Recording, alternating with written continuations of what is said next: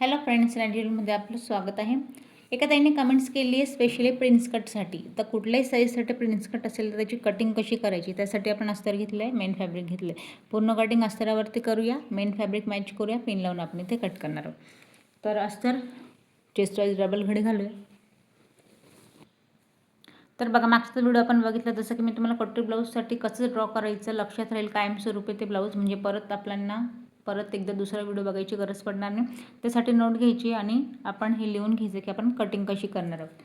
तर मी chest wise double घडी घातली. 34 इंचाचा आपला चेस्ट घेर आहे, तर 8.5 याची आपल्याला डबल घडी आणि इथून पुढे आपल्याला यात 2 इंचाची मार्किंग, यानुसार आपण डबल घडी घातली.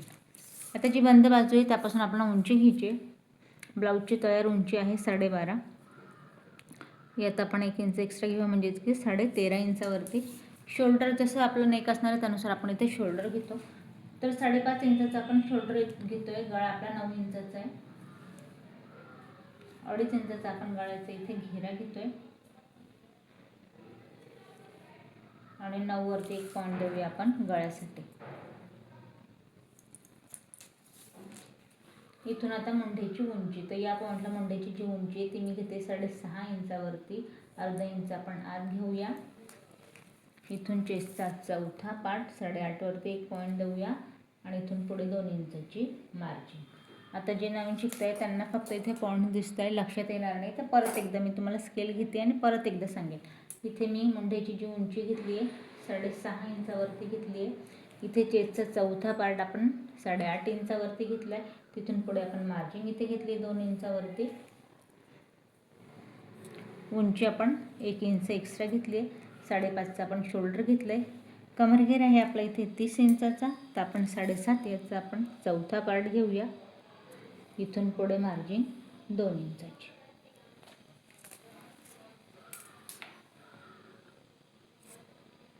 अगदी सिंपल, झटपट आणि सोपं ब्लाऊज मी इथे तुम्हाला ड्रॉ करून दाखवते, जेणेकरून तुम्ही डायरेक्ट इथे लिहिलेलं राहिलं आणि कटिंग करायला घेतलं तर तुम्हाला ब्लाऊज अगदी झटपट आणि परफेक्ट इथे जमेल. कुठल्याही प्रकारचा याच्यात प्रॉब्लेम येणार नाही. तर आता जी पाठीमागची जी उंची आहे, मुंढेची जी गोलाई आहे ती आपण आतल्या पॉईंटपासून 1.5 इंचावरती देतोय आणि ही मुंढेची इथे गोलाई फिक्सवाल्या पॉईंटपर्यंत. पाठीमागे नॉर्मल गोलगाळा घ्यायचा, वरती 2.5 घेतले. खालीचा जो घेरा इथे पण मी 2.5 इंचावरती घेते. इथे एक बॉक्स बनवून घ्या आणि हलकीशी गळ्याला गोलाई घ्यायची या पद्धतीने. पाठीमागचा पार्ट ड्रॉ झाला. याला आता टक्स पाठीमागचा कितीवर टाकायचा आहे ते या पॉईंटपासून 3.5 इंचावरती पाठीमागचा टक्स घ्यायचा आहे आणि उभा टक्स आपल्याला घ्यायचा आहे 4 इंचावरती या पॉईंटपर्यंत.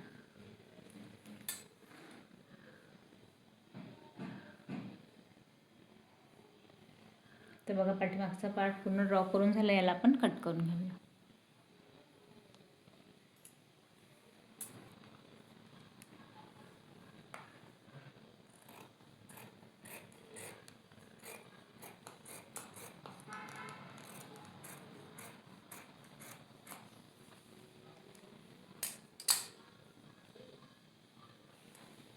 पाठीमागचा पार्ट ड्रॉ झाला. आता ज्यासाठी स्पेशल व्हिडिओ प्रिन्स कटसाठी फ्रंट पार्ट आपण इथे कट करूया.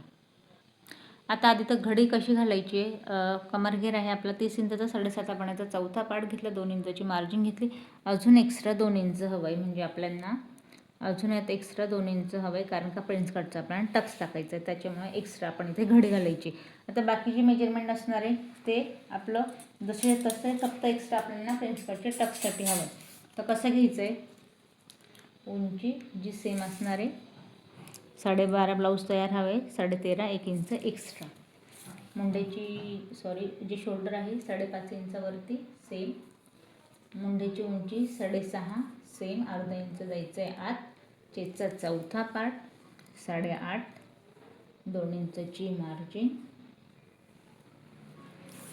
कमरेचा तर इथे एक्स्ट्रा का घेतलं आहे, 30 आपला कमरेचा पार्ट आहे, 7.5 याचा चौथा पार्ट, 2 इंच टक्ससाठी आणि 2 इंच मार्जिंगसाठी. आता जे पार्ट आपण ड्रॉ केले आधी आपण इथे लाईन ड्रॉ करून घेऊया. हा एक्स्ट्रावाला पार्ट आणि हा आपला कमरेचा सरळ पार्ट. आता एक्स्ट्रा पार्ट मी ड्रॉ केला आहे. आता जो प्रिन्स कटचा आकार द्यायचा आहे तो लक्षात घ्यायचा आहे. आधी तर मुंढेची गोलाई 1 इंचावरती, जी की आपण आतल्या पॉईंटपासून घेतली आहे.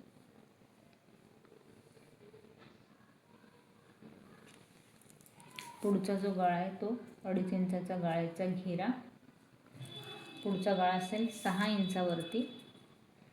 इथे पण आपल्याला 2.5 इंचाचा घेरा घ्यायचा आहे आणि हलकीशी आपल्याला गोलाई घ्यायची. आता बघा प्रिन्स कटचा आकार द्यायचा आहे आपल्याला. तर इथून पुढे या पॉईंटला आपल्याला 3.5 इंचावरती आपल्याला प्रिन्स कटचा आकार द्यायचा. 3.5च्या पुढे जो 2 मी इथे घेतला आहे त्या 2ला इथे ड्रॉ करायचा आहे. याचा आपल्याला सेंट्रल पॉईंट काढायचा आहे.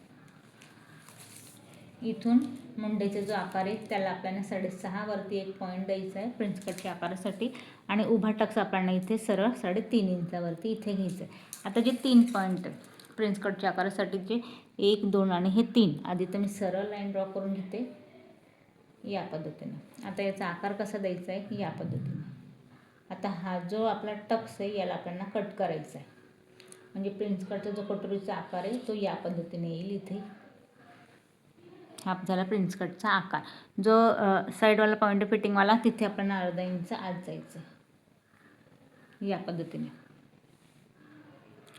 आता इथे बघा आपला एक्स्ट्रा जो पार्ट आहे पूर्ण आपण ड्रॉ करून घेतलं आहे. पण जे नवीन शिकत आहे त्यांच्यासाठी परत एकदा मी जे पॉईंट ड्रॉ केले ते इथे 3.5 आपण इथून पुढे टक्स घेतला आहे. 1 इंचाचा हा टक्स आहे. 2 इंच आपण इथे पूर्ण घेतलं आहे. इथे आपण घेतलं आहे 3.5 इंचाचा उभा टक्स. इथे आपण 6.5ची मुंडेची गोलाई घेतली आणि टक्स पॉईंट 6.5 इंचावरती आपण इथे घेतला आहे. इथे आपल्याला अर्धा इंच इथे इंचीची गोलाई घ्यायची आहे. पूर्ण ब्लाऊज आपला इथे ड्रॉ झालं आहे.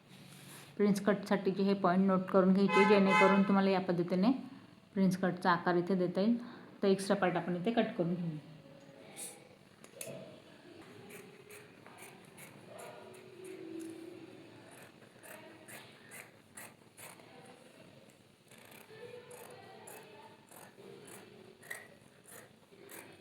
जिथे आपण ड्रॉ केलं आहे तिथेच मी कटिंग करते या पद्धतीने.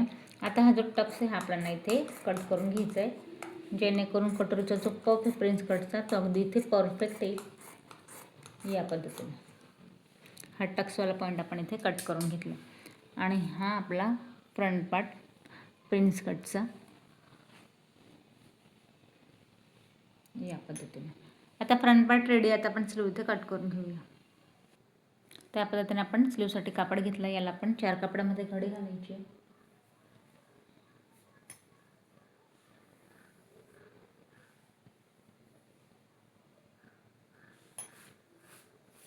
त्याला आपण 4 कापडामध्ये घडी घातली. जी स्लीवची उंची आहे त्यात आपण 1 इंच एक्स्ट्रा घ्यायचं आहे. आता बघा 4.5 इंचाची आपली स्लीव आहे. त्यामध्ये आपल्याला करायचं काय 5.5 म्हणजेच की 1 इंच एक्स्ट्रा आपण इथे स्लीव घेतो आहे. आता जो दंडघेर आहे तो 11 इंचाचा. त्याचा निम्मा पार्ट टाकायचा आहे 5.5 इंचावरती. इथून पुढे 1.5 इंचाची मार्जिंग आणि याच पॉईंटपासून वरती काखेतलं मेजरमेंट टाकायचं आहे 3 इंचावरती. तिरकसं मुंड्याची गोलाई घ्यायची. तर मुंड्याची गोलाई इथे आपण घेऊया 8 इंचावरती आणि इथून पुढे 1.5 इंचाची आपल्याला घ्यायची आहे मार्जिन.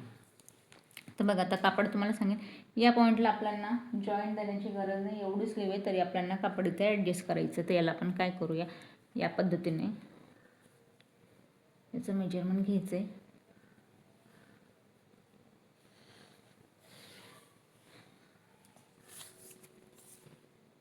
तर रेडी स्लीवसाठी इथे बघा 4.5 फिक्स आहे. आपल्याला यात अर्धा इंच किंवा 1 इंच एक्स्ट्रा कापड हवं आहे. तर आपण स्लीव कशी कट करू शकतो कुठल्याही प्रकारचं जॉईंट न देता हे आपण जर वेळ असेल तर एवढं आपण इथे फिक्स बघूया.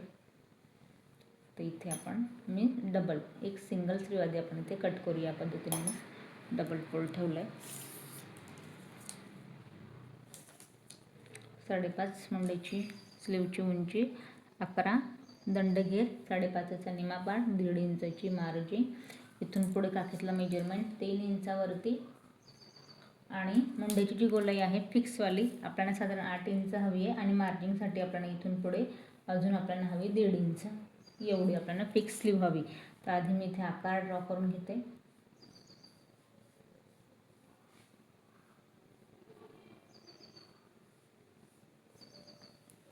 सिंगल स्लीव आपल्याकडे रेडी आहे.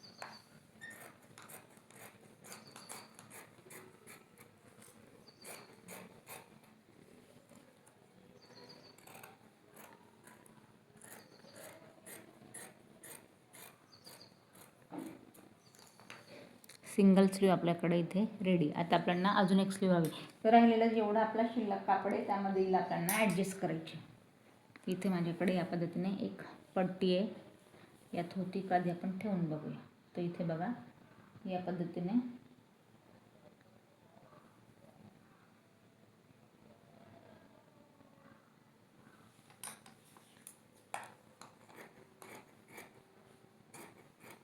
स्लीवला जॉईन बरेच वेळेला द्यावा लागतो. जर एक्स्ट्रा कापड नसेल तर आपण स्लीवला जॉईन देऊ शकतो, पण आपल्याकडे जर कापड आहे एक्स्ट्रा तर द्यायची गरज नाही. या पद्धतीने आपण इथे कटिंग करू शकतो.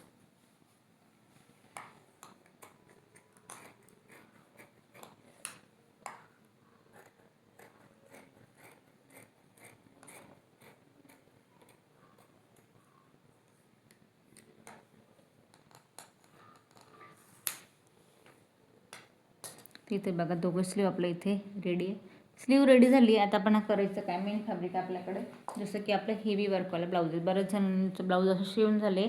फॅन्सी स्लीवचं पण ह्या प्रकारचं जे कापड आहे त्याचं आपल्याला ब्लाऊज शिवून झालं आहे. पण तरी एकदा परत सांगेल, इथे आपल्याला शिलाई मार्जिंगला जागा राहत नाही. त्याच्यामुळे हा जो आपला वर्कवाला पार्ट, हेवी वर्कवाला पार्ट, ही पट्टी आपल्याला इथून या पद्धतीने वेगळी करायची आहे, जी की आपण नंतर इथे मॅच करणार आहोत.